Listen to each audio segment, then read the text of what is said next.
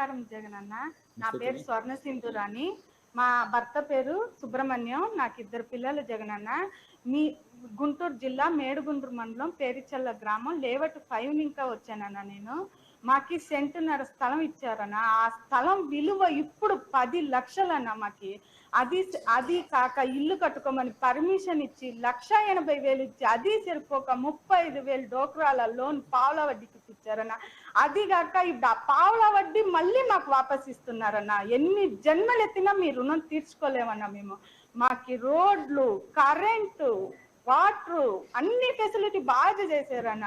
ఆ ఇల్లు కట్టుకుంటుంటే మేము యావ అధికారి దగ్గరికి వెళ్ళలేదన్నా.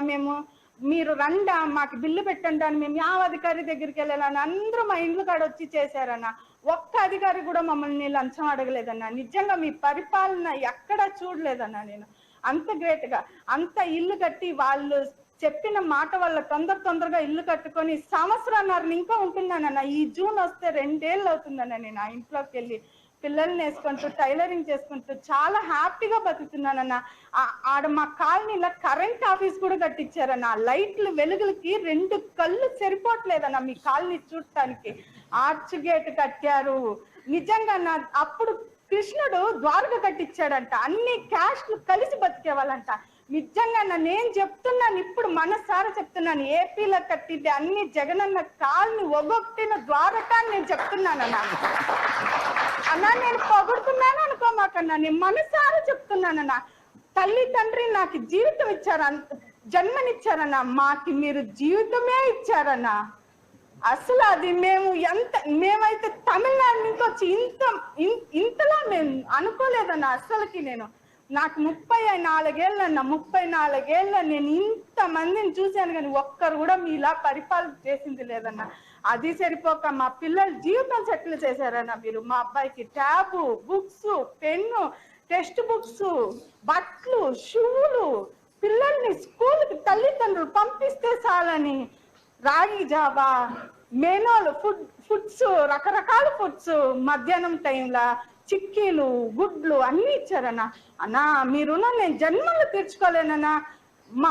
మా పిల్లల్ని ముందు గవర్నమెంట్ స్కూల్లో చదువుతున్నారంటే ఒకతర ధిక్కారంగా చూసేవాళ్ళన్నా. ఇప్పుడు నేను గర్వంగా చెప్తున్నానన్నా, మా పిల్లోడు గవర్నమెంట్ స్కూల్లో చదువుతున్నాడని. నాడు నేడు కింద ఎంత మార్చారన్నా స్కూల్స్ ని. ఆ టైల్స్ ఏమి, ఆ బెంచ్లు, డస్కులు, పిల్లల కోసం ఎల్ఈడి టీవీలు, బోర్డులు, అబ్బా అబ్బా అబ్బా నిజంగా దేవుడన్నా మీరు నాకు.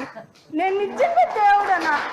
అది సరిపోక మా ఇంటి ముందు వచ్చి రేషన్ బండి అన్నా, మేము తినేది రేషన్ బియ్యం అన్నా. అంత బాగుంటుందన్నా రేషన్ బియ్యం. మా చుట్టాలు వస్తే బియ్యం అన్నం పెడుతుంటే ఏందమ్మా మీరు సోనా మసూరి బియ్యం తింటున్నారు అంటున్నారన్నా. ఈ జన్మలో మీరు రుణాలు తీర్చుకోలేమన్నా. నేను చెబుతున్నానన్నా, మీకు ఎంత థ్యాంక్స్ చెప్పినా సరిపోదు. మాకు లోన్లకి అన్ని అధికారులు లంచం అడగకుండా మా ఆడపిల్లల కోసం ఎంతో చేశారన్నా. పేరున నేను అందరికీ థ్యాంక్స్ చెప్తున్నానన్నా. మీతో సహా ఎంత థ్యాంక్స్ చెప్పినా సరిపోదన్నా. కానీ మేము ఓటేసి మిమ్మల్ని ఆ థ్యాంక్స్ ద్వారా మేము గెలిపించుకుంటామన్నా. ఎన్నిసార్లు అయినా ఎలక్షన్ రాని జగనన్నా, మేము మా ఓటు మీకేనా.